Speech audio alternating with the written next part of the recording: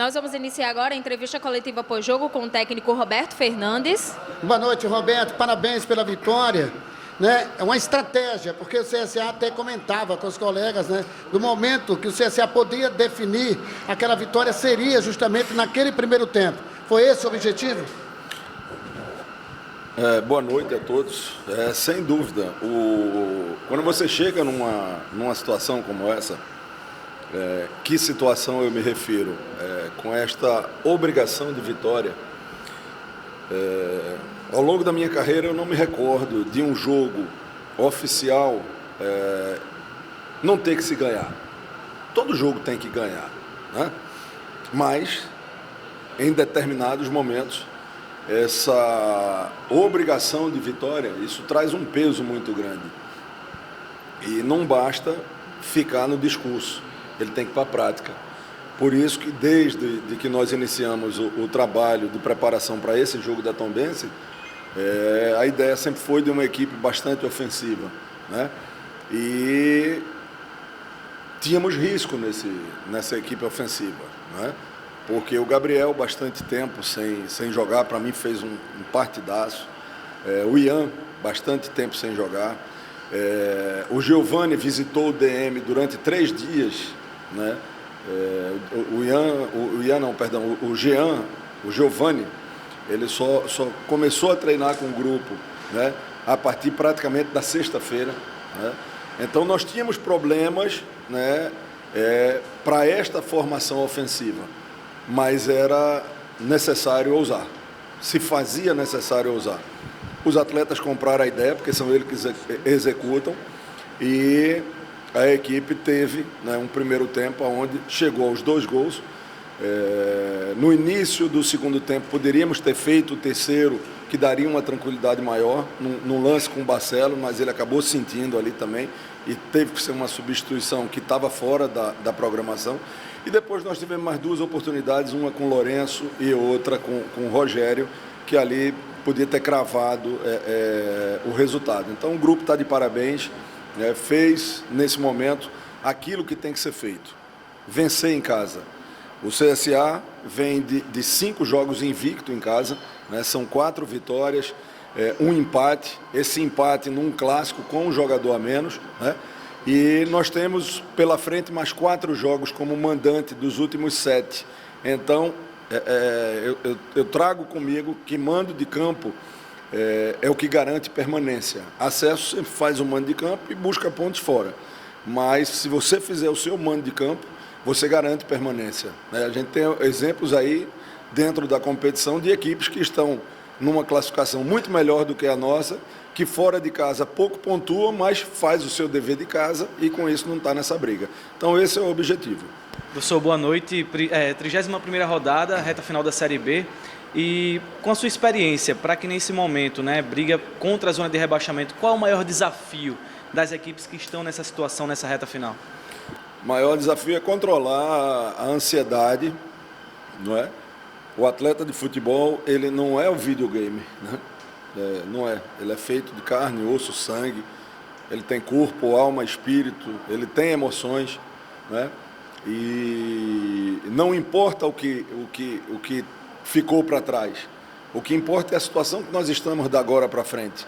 E é evidente que isso é um peso a mais, né? A ansiedade, aquela coisa de saber que cada jogo é realmente uma decisão, cada ponto pode fazer uma diferença muito grande. Então esse é o momento de continuar cuidando das coisas de dentro do campo. Nós temos coisas a melhorar, coisas a evoluir, né?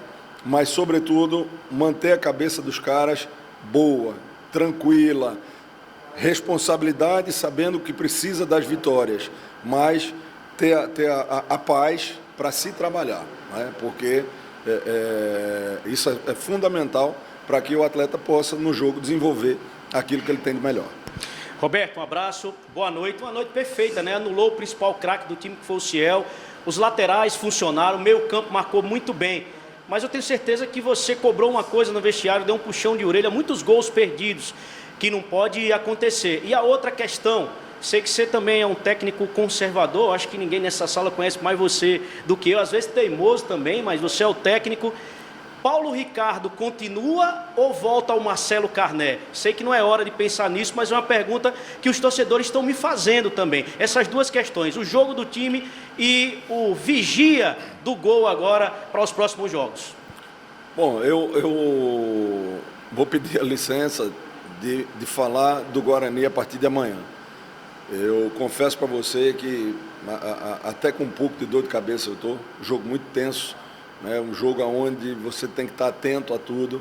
Eu preciso ter a boa noite de descanso para amanhã, com a cuca fresca, a gente começar a pensar em Guarani. Claro que há uma sequência, né? Nós vamos enfrentar um adversário que está muito mais descansado. O Guarani jogou, acho que há 8 dias atrás, jogou terça da semana passada, né? Então ele vem muito mais descansado do que a nossa equipe.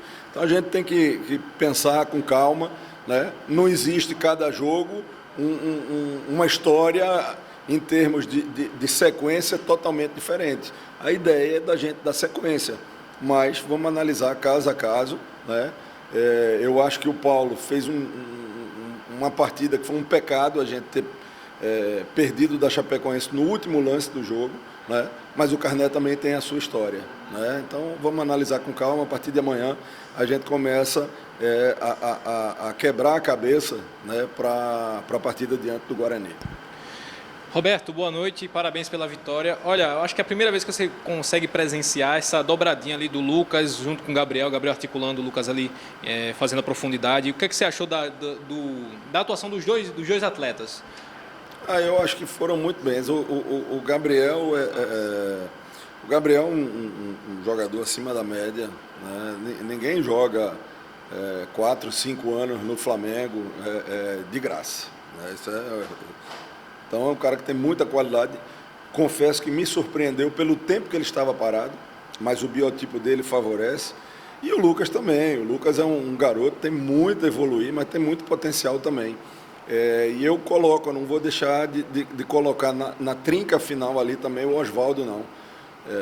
Eu acho que aquela trinca pelo lado direito, principalmente no primeiro tempo, construíram boas triangulações, inversão de posicionamento, né? A gente chegou com Gabriel cruzando na linha de fundo, com Oswaldo dando assistência, com o próprio Lucas Marques também. Então foi uma coisa que eu vi como bem positiva. Vamos ver para a sequência aí da competição. Boa noite, Roberto. Severo Oliveira, da Rádio Web Cidadania. Hoje a Nação Azulina, ela compareceu, apesar da fase oscilante do clube na competição, mesmo assim a torcida abraçou até o recado da diretoria. Sexta-feira é mais uma final diante do Guarani, é adversário direto. Qual o recado, Roberto Fernandes, o técnico do CSA, deixa hoje para a Nação Azulina para sexta-feira? Esses últimos 4 jogos, lado a lado, junto com os jogadores e vocês e a comissão técnica. Cara, dar recado para a torcida do CSA seria muita ousadia da minha parte. Eu tenho apenas que agradecer o apoio, né? Uma torcida que ajuda a equipe nos momentos de dificuldade, que por mais que a equipe oscilou na parte de baixo e ainda continua no Z4, mas o torcedor sempre apoiando, né? Eu só tenho que agradecer, não tenho dúvida que nós vamos ter muito mais gente na sexta-feira e estamos juntos aí nessa luta, com o apoio do torcedor, não tenha dúvida que a coisa vai fluir melhor. E o exemplo, né, é de uma equipe que está, né, neste momento ainda no Z4, mas que está com 5 jogos invicto em casa. Né? Por que está com 5 jogos invicto em casa e não tem 5 jogos invicto também fora de casa? Porque dentro de casa é diferente, tem o apoio do torcedor, né? tem o incentivo do torcedor. Na hora que vem a dificuldade, aí o torcedor chega junto e empurra a equipe para que mantenha o ritmo. Roberto, o Edson entrou com uma nova função, ele entrou na dobra, você está dando um novo momento para ele, de uma característica diferente. O que está acontecendo com o Edson? O Edson, neste momento, né? Edson é um garoto, né?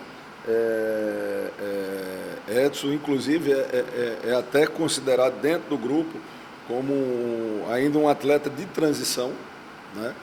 E neste momento eu vejo que é a hora da gente potencializar aquilo que cada um tem de melhor.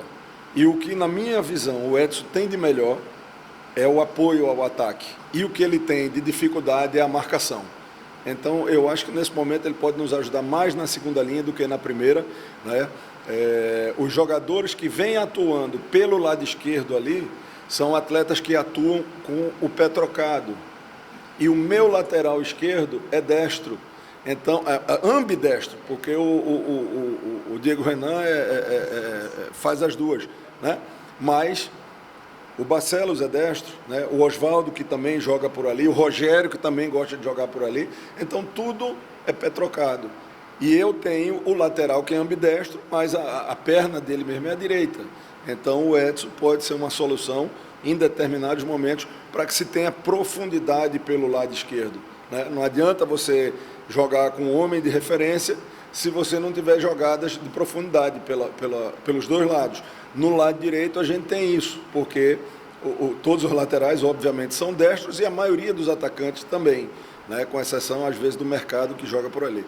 Então nesse momento a gente vê muito o Edson nessa função, né? Numa segunda linha, não é nem dobra não, é como um segundo atacante, né? Ele tem essa leveza, essa profundidade, pode dar essa alternativa para a gente. Roberto, sobre a questão das expulsões, né, que podia ter custado caro, né, no Clássico, Diego Renan, a expulsão também do Carné, que atrapalhou bastante também o time. O que é que você conversou com os jogadores? Porque a gente sabe, né, que são profissionais, são jogadores acostumados, né, a jogar em grandes times e que não poderiam ter sido expulsos daquela maneira. Você conversou com eles isso? Conversou com seus atletas em relação a esse aspecto também, Roberto? Olha, eu vou assim ser muito sincero, sabe? Muito sincero. A expulsão do Renan no Clássico, eu estava a 2 metros. E se o VAR não chama, nem o árbitro expulsava, né? Então, isso é uma coisa que eu questiono muito. Tem hora que o VAR chama, mas tem hora que ele não chama. Por que não chama sempre? Ou por que, né, deixa... Então, e o lance do Carné foi eu reputo ali o 6-6, a expulsão dele, cara.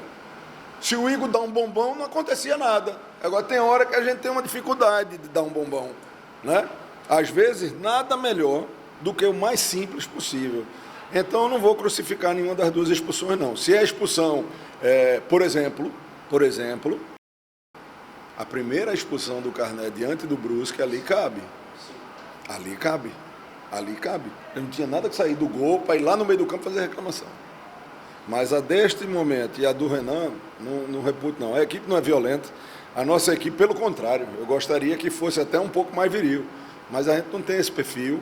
Né? Não são jogadores com esse perfil, não são caras de violência, não são caras de irresponsabilidade. Eu reputo como uma fatalidade, tanto a do Diego quanto a do outro. Então não é uma coisa tem que me preocupar com a expulsão do CSA. Acho que não é não. Acho que foram 2 fatalidades que ocorreram, passou-se a borracha, vida que segue. Obrigada, Roberto Fernandes. Coletiva finalizada.